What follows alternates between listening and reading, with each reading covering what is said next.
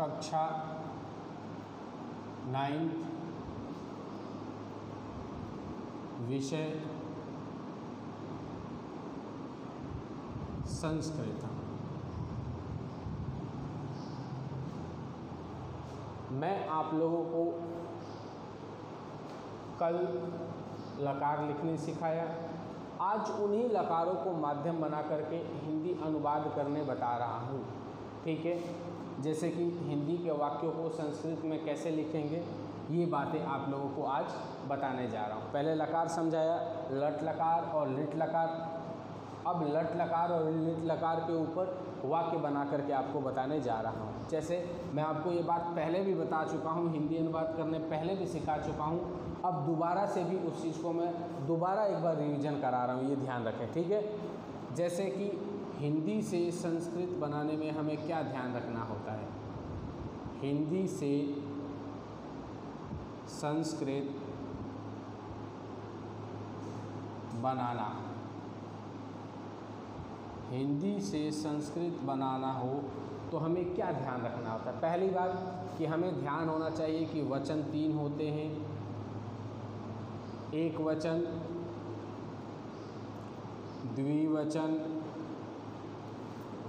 और बहुवचन। एक वचन, द्विवचन और बहुवचन। पुरुष भी 3 होते हैं, प्रथम पुरुष, मध्यम पुरुष और उत्तम पुरुष। 3 ही पुरुष होते हैं। ठीक है, 3 ही वचन होते हैं, 3 ही पुरुष होते हैं। ठीक है, अब इसमें जैसे कि अहम, अहम का मतलब होता है मैं। आवाम, आवाम का मतलब होता है हम दो। वयम, वयम का मतलब होता है हम सब। तो अहम, अहम, आवाम, वयम, इनके साथ में क्रिया हमेशा किसकी होती है, उत्तम पुरुष की। ठीक है, उसके बाद में त्वम यानी तुम, युवाम यानी तुम दो, और यूयम यानी तुम सब। इनके साथ में क्रिया किसकी होती है, मध्यम पुरुष की होती है। बाकी संज्ञा, सर्वनाम आदि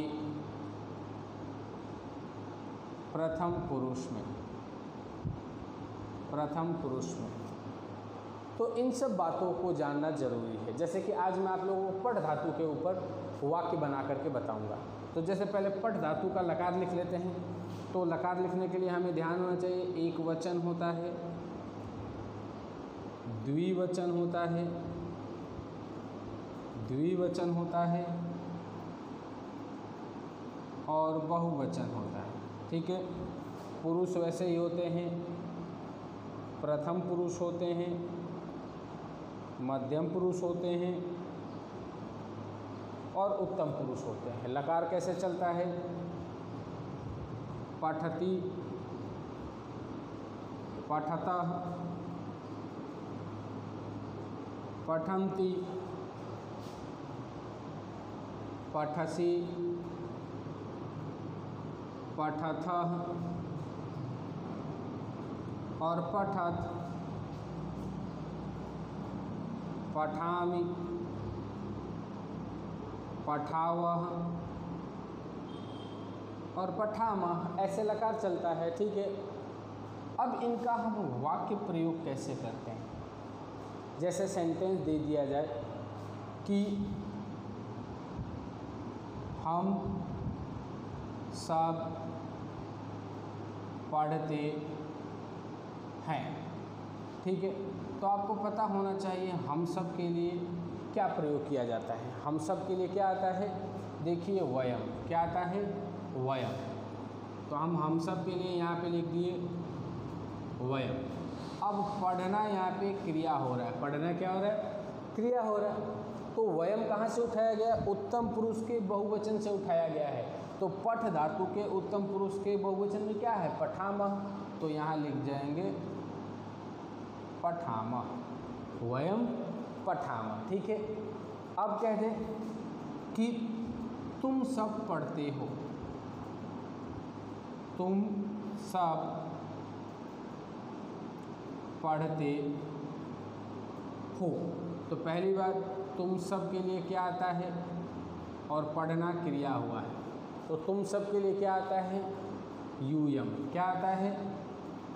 यूयम। ठीक है। अब यूयम कहाँ से लिया गया है? मध्यम पुरुष के बहुवचन से। तो पठ धातु के मध्यम पुरुष के बहुवचन में क्या होता है? पठत। क्या होता है? पठत। तुम सब पढ़ते हो यानी यूयम पठत। ये हो गया इसका संस्कृत में ट्रांसलेट। अब कह दिया जाए कि तुम दो पढ़ते हो, तुम दो पढ़ते हो। कह दिया जाए तुम दो पढ़ते हो, तो हमें देखना है कि तुम दो के लिए क्या आता है। उसके बाद में क्रिया के लिए हम शब्द प्रयोग करेंगे। तुम दो के लिए संस्कृत में देखो क्या आता है? युवाम। क्या आता है? युवाम। तो यहाँ युवाम लिख दिए। अब युवाम लिया कहाँ से गया है? मध्यम पुरुष के द्विवचन से। तो पठ धातु के मध्यम पुरुष के द्विवचन में क्या होता है? पठथ। क्या होता है?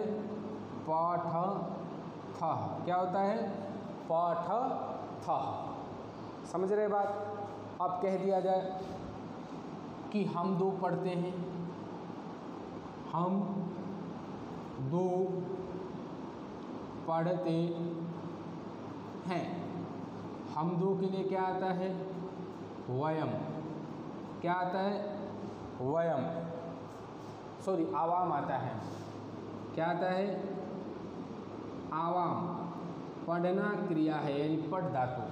अब आवाम कहाँ से लिया गया है? उत्तम पुरुष के द्विवचन से। तो पठ धातु के उत्तम पुरुष के द्विवचन में क्या दिया हुआ है? पठावह। क्या दिया हुआ है? पठावह। क्या दिया हुआ है? पठावह। यानी क्रिया का कहाँ पे प्रयोग करना है ये आपको समझना पड़ेगा। यदि ये बात आप समझ जाते हैं तो बड़ी सरलता से आप कर सकते हैं। और भी आपको मैं उदाहरण कल करके बताऊंगा। ये तो केवल मैं मध्यम पुरुष और उत्तम पुरुष के थोड़े से उदाहरण बताया हूँ और ये सारणी समझाया हूँ। बाकी और भी उदाहरण, प्रथम पुरुष के भी उदाहरण कल हम करेंगे। आज के लिए इतना ही। धन्यवाद।